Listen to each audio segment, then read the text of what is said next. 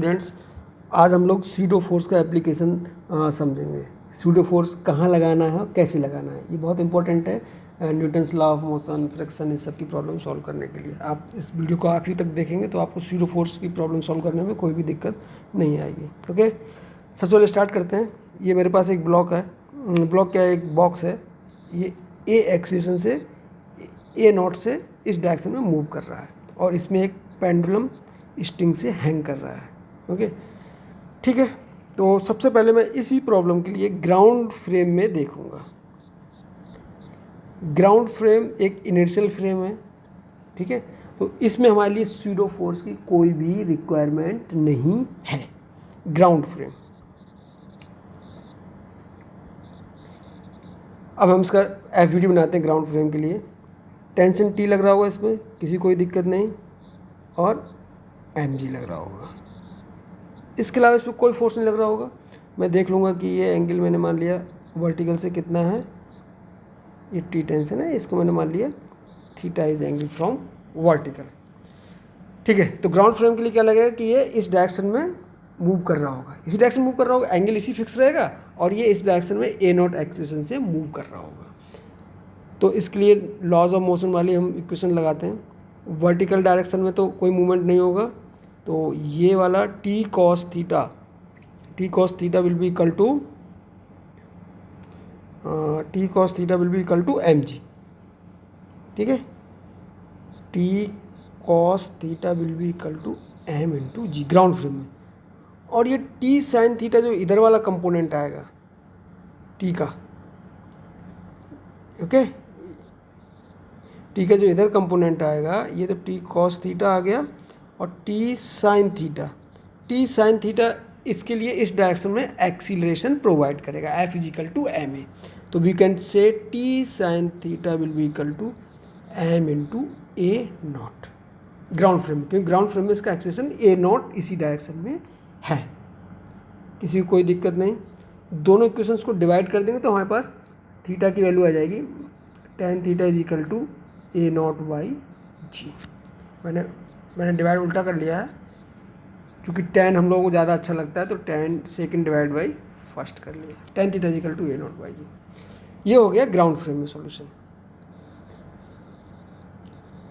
Okay, कोई दिक्कत नहीं है। अब मान लो मेरा एक बंदा इसी में बैठा है, वो कह रहे नहीं मैं मेरे ग्राउंड फ्रेम में तो ये मूव कर रहा था इसके साथ, इसके रिलेटिव में तो ये ए नॉट से इस एक्सेशन से इधर मूव कर रहा था, लेकिन ग्राउंड एक फ्रेम में यहाँ पर आ गया बंदा, वो तो कहेगा ये तो मेरे से हमेशा इसकी डिस्टेंस यही रह रहा है, यही पोजीशन रह रही है, ये मेरे फ्रेम में बिल्कुल मूव नहीं कर रहा है, क्योंकि ये इनर्शियल फ्रेम नहीं है, क्योंकि ये वाला गाड़ी खुद से जिसमें बैठा है वो ए नॉट एक्सीलरेशन से आगे मूव कर रही है, ठीक है। तो ये जो फ्रेम हो गया, ये हो गया non inertial frame, this is non inertial frame.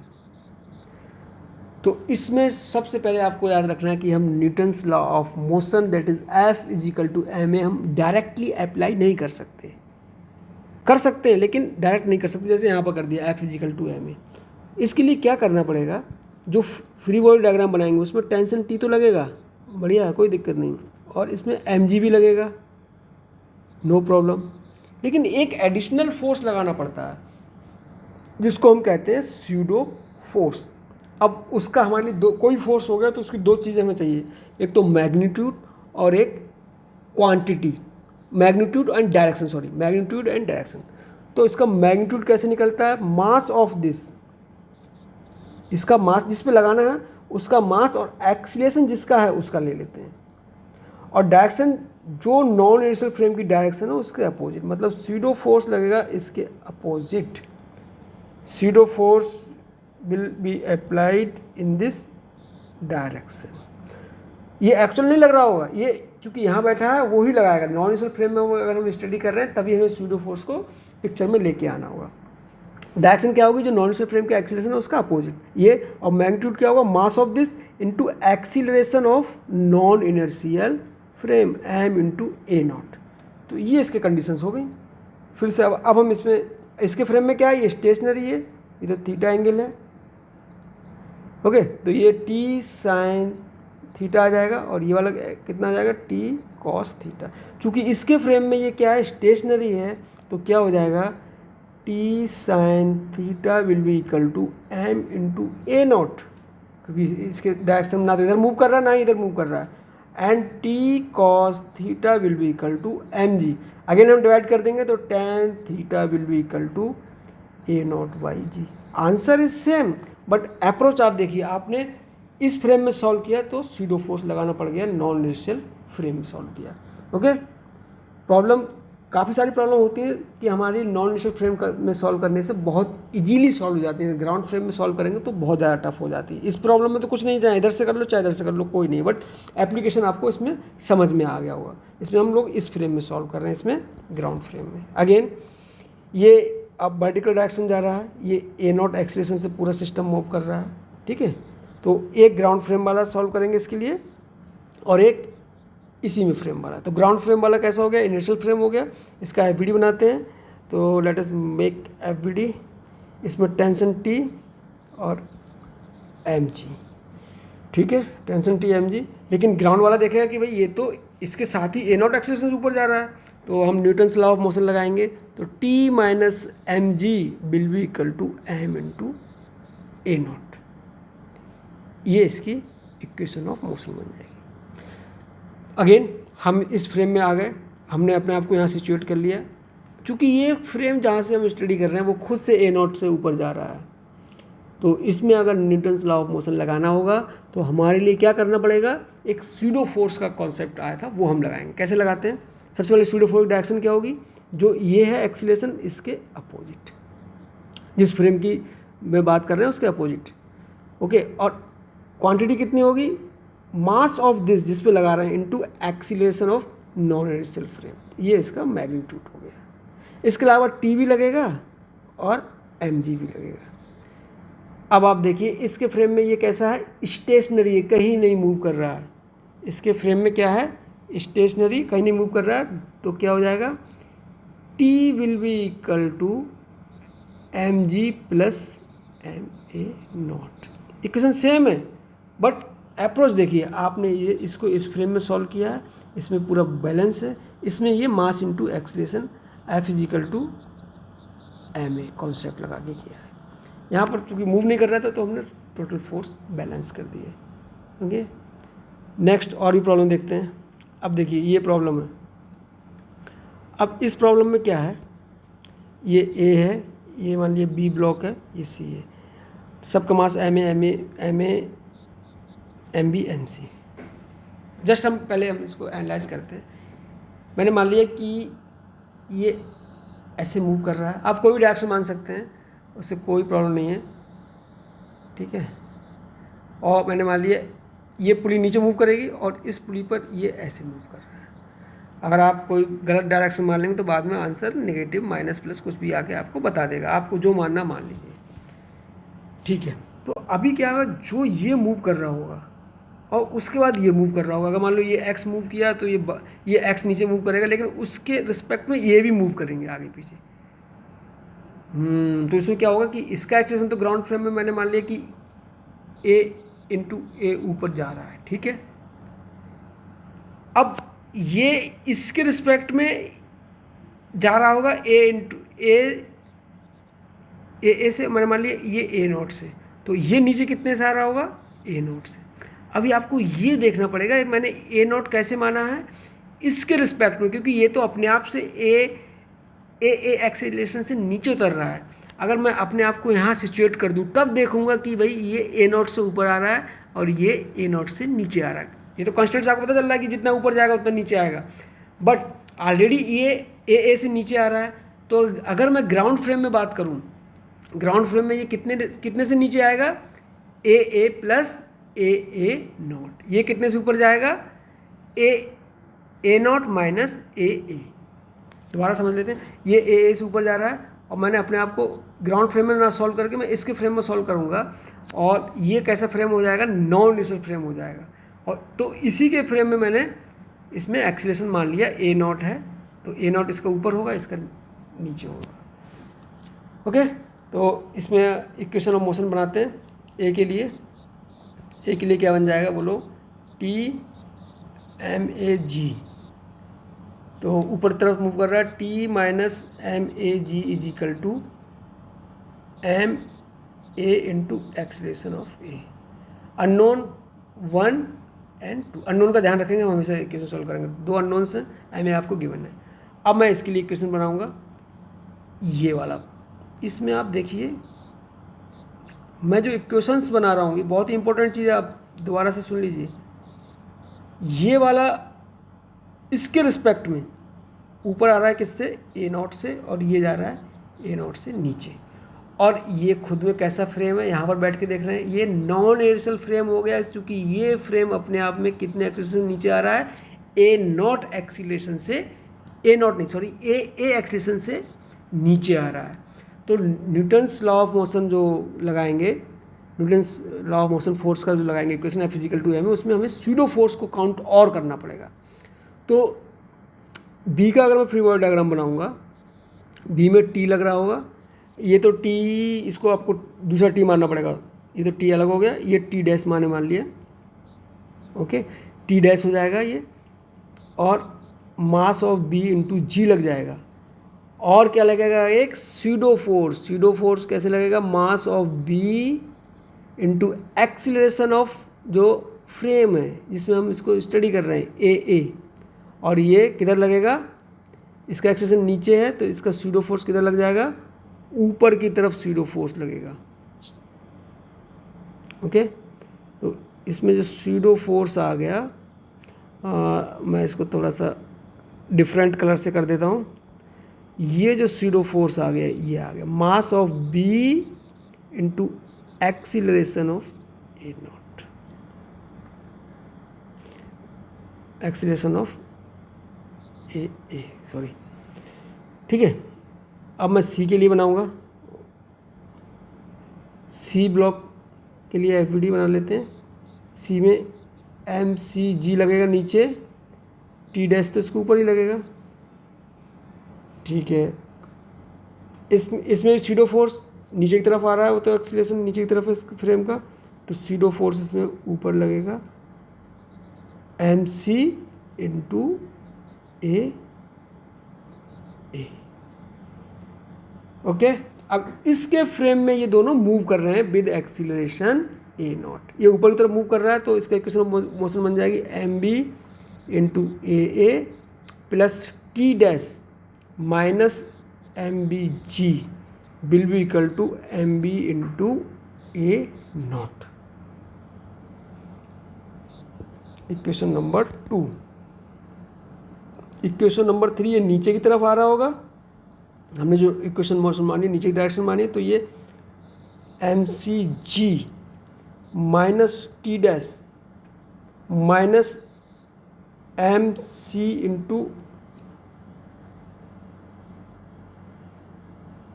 Minus M C into A pseudo force दोनों में ऊपर की तरफ लग रहा है, क्योंकि इसका एक्सटेंशन नीचे की तरफ है जो हमारा हमने फ्रेम लिया है, will be equal to M C into A naught, okay. ये इक्वेशन नंबर 3 हो गई, ओके। सबसे पहली इक्वेशन क्या बनी थी, ये वाली T minus M A G is equal to M A B. First second third unknown कितने हो गए, T dash A naught and A and A naught, 4 unknown हो गए। 3 इक्वेशन है, एक इक्वेशन कहाँ से आ जाएगी, वो आ जाएगी मेरे इस पुली से, टी और टी डैश में रिलेशन, ये टी लग रहा है इस पर and this is T dash, तो T is equal to 2t dash, ये हो गई इक्वेशन नंबर 4। तो 4 अननोन्स हो गए और 4 ही हमारे पास इक्वेशंस होंगी। अब आप सॉल्व कर सकते हैं, ऐड करके सब्ट्रैक्ट करके आप लोग सबकी वैल्यू निकाल सकते हैं। तो जो एक्सीलरेशन निकल के आएगा ए नॉट, वो ए नॉट आएगा इसके फ्रेम में, ए नॉट आएगा ए बी का इसके फ्रेम में। अगर आपको ग्राउंड फ्रेम में पूछ रहा है, ऑब्वियसली नॉर्मल नहीं पूछा, तो आपको ग्राउंड फ्रेम में ही आंसर देना पड़ेगा। तो आपको सोचना है कि भाई ये ए नॉट से ऊपर जा रहा है और खुद ये ए से नीचे आ रहा है, तो नेट कितने से ऊपर जा रहा होगा, ए नॉट माइनस ए बी। ये ए नॉट से नीचे जा रहा है, ये खुद अपने आप में कितने नीचे आ रहा है ए से, तो ये ग्राउंड फ्रेम में कितने से नीचे जा रहा होगा ए नॉट प्लस ए, ये उसके हिसाब से आप निकाल सकते हैं ग्राउंड फ्रेम में। ये वाला जो एक्सीलरेशन निकल के आएगा ए इंटू ए इंटू ए, ये तो ग्राउंड फ्रेम में निकल के आ गया, और A naught in pulley P के फ्रेम में, A naught is in pulley P frame. Okay, ये ध्यान रखना है कि ये पुली फ्रेम में आया है तो ग्राउंड फ्रेम में हम इसको कन्वर्ट करना पड़ेगा। एक और प्रॉब्लम सॉल्व करते हैं, ये वाली problem, all surfaces are frictionless. System को छोड़ दिया तो क्या होगा, ये नीचे आएगा ए ब्लॉक, ये बी ब्लॉक, जब ये नीचे आएगा तो नॉर्मल एक्शन काम करेगी, इस पर इधर लग रहा होगा, ये इस पर इधर लगाएगा, तो इस नॉर्मल एक्शन का एक कंपोनेंट इधर आएगा, तो इस कंपोनेंट के कारण ये किधर मूव करने लगेगा, इधर मूव करने लगेगा। ठीक है, कितना मूव करेगा, क्या एक्सेलरेशन रहेगा, वो हम लोग निकालेंगे अभी। ओके,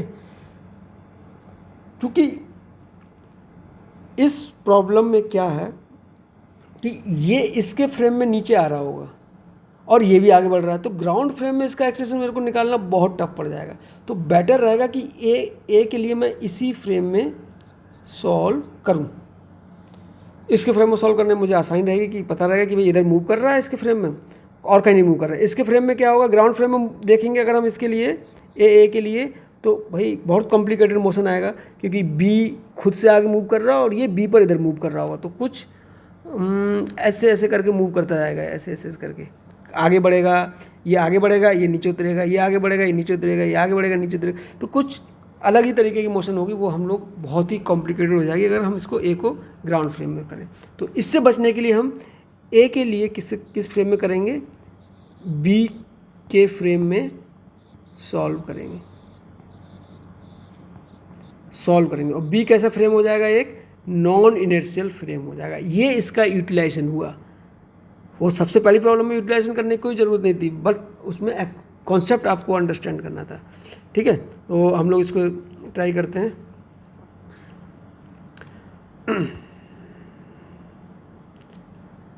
मैंने मान लिया ये जा रहा है आगे ए नॉट एक्सेलरेशन से आगे। ठीक है, तो इन दोनों के बीच में नॉर्मल एक्शन एन लग रहा होगा और फ्रिक्शनलेस है, और ये ग्राउंड से भी इसमें ऊपर कहीं एन डैश लग रहा होगा। ये एंगल थीटा है,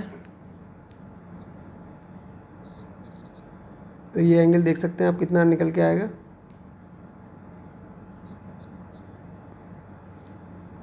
ये थीटा, ये 90 माइनस थीटा, ये 90, तो ये एंगल कितना हो जाएगा, खुद से थीटा हो जाएगा, ये थीटा आ जाएगा, ये चूँकि 90 है। तो अगर मैं इसको देखूं, ये बड़ा वाला ब्लॉक है एम, तो इसमें ड्राइविंग फोर्स कितना आ गया इस डायरेक्शन में,